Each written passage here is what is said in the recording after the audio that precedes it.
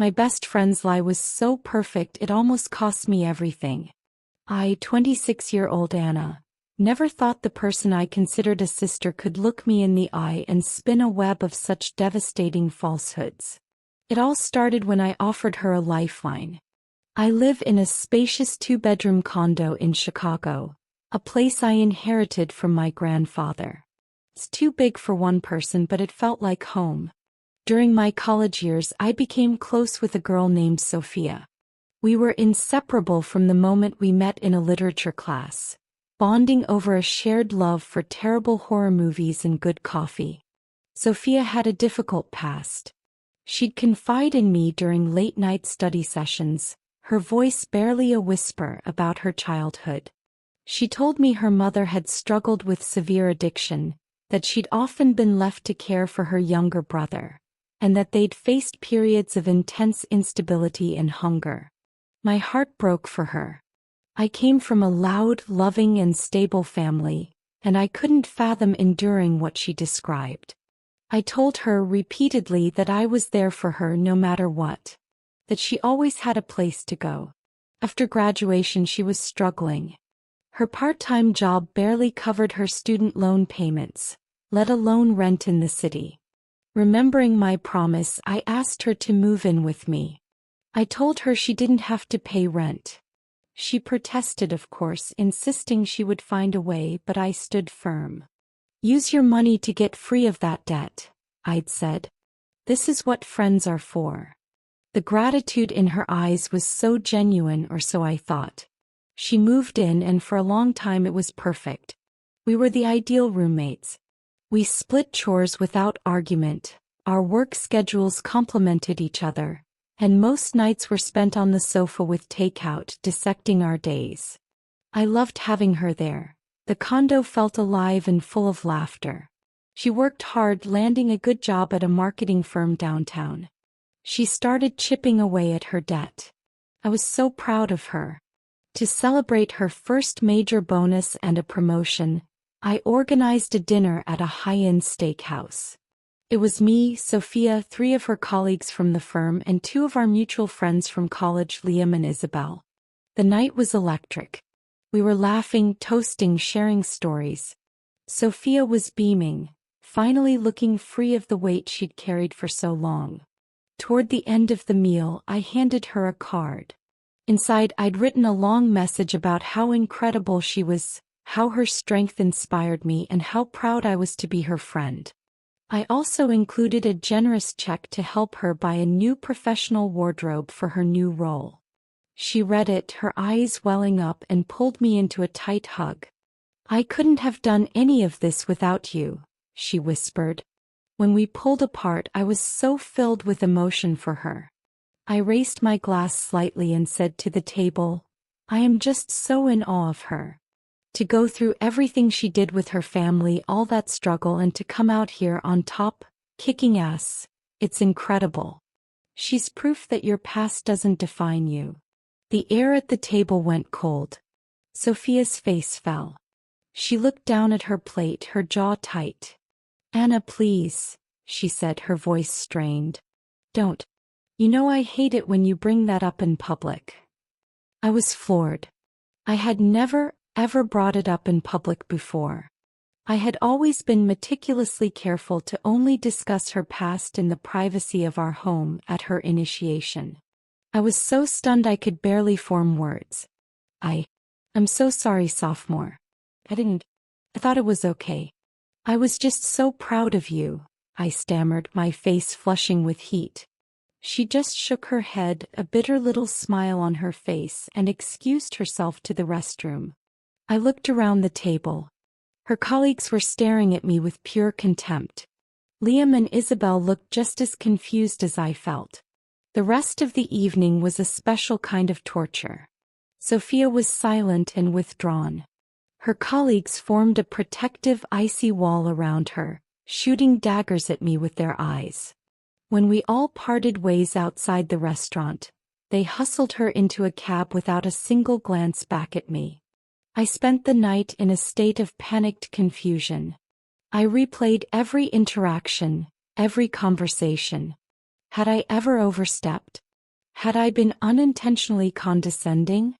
I felt sick with the thought that I had hurt her, that I had been a bad friend without realizing it. I sent her a text apologizing again, but she never replied. Her colleagues, whose numbers I'd gotten for the dinner plans, weren't so silent. I woke up to a string of messages. "You're a vile person for using her trauma as a party trick. How dare you belittle her achievements like that? She told us you were like this. We just didn't believe her until now." I was shattered. I had never meant any of it that way. I felt like a monster. I finally heard Sophia moving around in the kitchen after a sleepless night. I walked out feeling like a ghost, expecting anger or tears. She was humming, making coffee, and looked up with a bright smile. "Morning. Sleep well." I just stood there bewildered. "Sophia, about last night. I'm so sorry. I truly didn't mean to upset you." She blinked, looking genuinely puzzled. "Upset me? What are you talking about?" "The dinner, what I said about your past. You seemed so angry and your friends." She waved a hand, dismissing the entire incident. "Oh, that. Don't worry about it. It was nothing. I was just tired and maybe a little overwhelmed. You're taking it way too seriously. We're fine." She was acting as if the most emotionally charged and confusing moment of our friendship had never happened. But the texts from her colleagues were still burning a hole in my phone. I mentioned them and she just shrugged. "They're dramatic. They must have misread the situation. I'll talk to them." She then proceeded to tell me a detailed, mundane story about a printer jam at her office. I was left feeling completely winded and disoriented. The emotional whiplash was intense. I went back to my room more confused than ever. The incident wasn't resolved. It was just buried, and I felt like I was standing on unstable ground. Isabel, one of our college friends from the dinner, called me. "Hey, what on earth was that last night?" she asked. "I've never seen Sophia act like that. It was like she was a different person." I relayed the whole bizarre morning interaction. Isabel confirmed that Sophia's behavior was completely out of character from the person we'd known for years. "Liam and I both gave her gifts and cards with similar sentiments," she said. She was thrilled. "This is really strange, Anna." Talking to her solidified my decision. This couldn't be swept under the rug. I needed a real, honest conversation with Sophia. The texts from her colleagues had now escalated, with one accusing me of trying to control the narrative. I decided to block them all. Liam and Isabel agreed to come over later that evening to be there for the talk. We were all concerned. The truth, when it came, was like a physical blow. It was uglier and more twisted than anything I could have conjured in my worst nightmares. Liam and Isabel were at my condo when I brought up the idea that maybe Sophia had said something to her colleagues about me. They were adamant they hadn't. Isabel, who is more forthright, suggested we get a perspective from the other side. She knew one of Sophia's colleagues, a woman named Rachel, slightly from a previous job. She called her, and after a brief, tense conversation, Rachel agreed to come over. Rachel arrived with all the warmth of a winter storm. She crossed her arms and glared at me from the doorway. We sat in the living room and I nervously began. "I spoke to Sophia this morning and she said everything was fine, but I'm still trying to understand what happened last night." Rachel let out a short, harsh laugh. "Oh, cut the act. You can't play nice now that everyone sees you for what you are." We were all stunned into silence. Liam finally asked, "What are you talking about? What exactly do you think Anna is?" "I know how you treat her," Rachel spat, directing her words at me. "The constant put-downs, the financial control, the way you isolate her and then play the generous friend in public. Sophia's been living in fear of you." I felt the blood drain from my face. "What? That's insane." "Is it?" Rachel shot back, pulling out her phone. She scrolled through her messages with Sophia and thrust it at me. Read it for yourself. I took the phone, my hands trembling. The messages were a chronicle of pure fiction. In them, Sophia described me having screaming fits if she was late from work, of me threatening to throw her out on the street if she didn't comply with my demands, of me mocking her family history. One message described a time I supposedly forbade her from attending a work holiday party because I was jealous of her making friends. Another described me stealing money from her wallet. It was a detailed, horrifying narrative of abuse with me as the villain. I had to stop reading. I felt nauseous. Liam took the phone from me, his expression growing darker with each message he and Isabel scanned. Then Isabel pointed to one. This one says Anna ruined her 22nd birthday by locking her in her room and canceling her party. I was at that party, Liam said, his voice low and angry. We all were. Anna organized the whole thing. It was a massive 80s-themed bash at that bar she rented out. Sophia was the center of attention all night. We started cross-referencing the messages with reality. Every single accusation was a lie, carefully crafted and meticulously placed. The story she had told her colleagues was that I was letting her live with me but charging her exorbitant rent, trapping her financially. I was so numb I could barely speak, but Isabel, with my permission, pulled up my bank records on my laptop. There was not a single rent payment from Sophia, only the bi-monthly transfers for her half of the utilities. As the evidence mounted, Rachel's anger began to melt away, replaced by a dawning, horrified understanding. She sank back into her chair. She told us all this, she whispered. She said you had a pattern of being publicly supportive but using her vulnerabilities as weapons in private. She said last night was a classic example of you humble bragging about helping her while subtly reminding everyone of her damaged past. The betrayal was so profound it felt like a hole had been torn in my chest. This wasn't a misunderstanding. It was a calculated, long-term campaign of character assassination. For what? What could she possibly gain from making me out to be a monster? Rachel left soon after, quiet and shaken, offering a mumbled apology that I barely registered. My world had been upended. The Sophia I knew was a phantom. Sophia is no longer welcome in my home. The friendship we had is dead and I am the one burying it. When she returned from work, she was all smiles, asking if we wanted to order pizza and watch a movie. The three of us were sitting on the sofa waiting. The casual normalcy of it was chilling. Isabel took the lead. Sophia, sit down. We need to talk. Rachel was here today. Sophia's smile faltered. Rachel? Why? She showed us the messages, Isabel said, her voice steady but cold. The ones where you tell her Anna is an abusive bully who locks you in your room. Sophia's face went pale. What? No, she must have misunderstood. I vent sometimes, you know. She takes everything so literally. It was just work gossip that got out of hand. You said Anna canceled your 22nd birthday, Liam interjected. I have photos of you blowing out the candles at the party she threw for you. You said she steals from you. Anna has bank records proving she's never taken a dime from you for rent. Explain that. The walls closed in on her.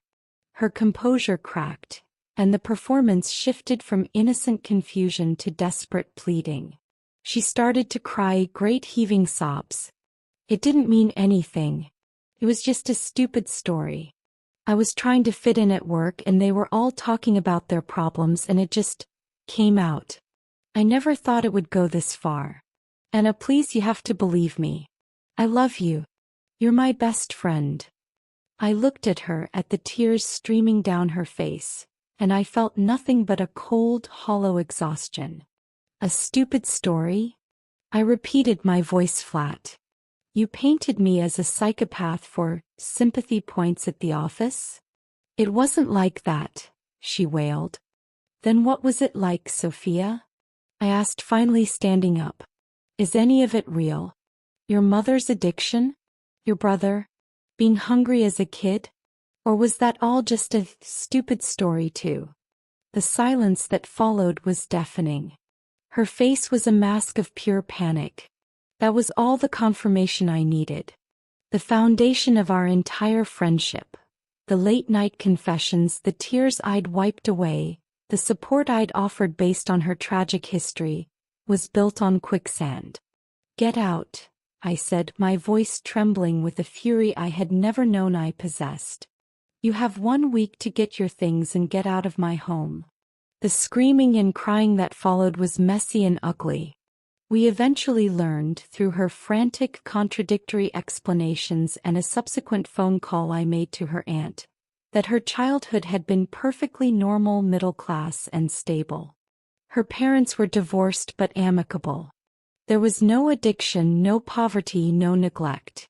She had invented a tragic past to make herself more interesting, more resilient, more worthy of attention.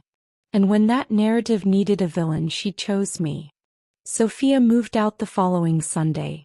Her aunt came to help her, a kind, confused woman who clarified the final, painful details. Her father wasn't some absent, shadowy figure. He was a dentist living in Florida, and he called her every Sunday. The story of her mother's struggles was a complete fabrication. The person I had felt such protective love for had never truly existed. The day she left, I did say a final goodbye. She stood at my doorway, her eyes red and swollen, and asked if I wanted the wardrobe money back. "No," I told her. "Use it for therapy. You need it more than I need it." I didn't let her hug me. I watched her walk away, and when the door closed, the silence in my condo was absolute and overwhelming. The adjustment has been hard. For weeks, I'd catch myself almost calling out her name or buying her favorite ice cream at the store. The betrayal left a deep scar. I started seeing a therapist who helped me understand that I was not responsible for her pathology. She was likely a compulsive liar, and I was just the latest audience for her performance. About a month later, Rachel reached out and asked to meet for coffee. She apologized again, and I told her it wasn't necessary. She explained that after our confrontation, she'd started questioning other stories Sophia had told. The most telling one involved a guy in their office, David, who was a survivor of a house fire as a child. Apparently, Sophia had developed a crush on him and had soon begun sharing her own traumatic story about being trapped in a fire as a little girl to create a bond. When the truth about her lies came out, David was furious and felt manipulated. The entire office had since distanced themselves from her, afraid of what she might say about them next.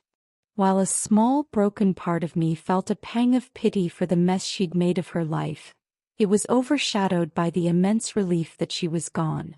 Isabel stayed with me on and off, which helped with the loneliness. The condo is mine again, quiet and peaceful. The friendship was a beautiful, painful illusion, but the lesson was real. Some people don't just tell lies. They build entire worlds out of them, and you should never blame yourself for not seeing the cracks in a foundation you never built.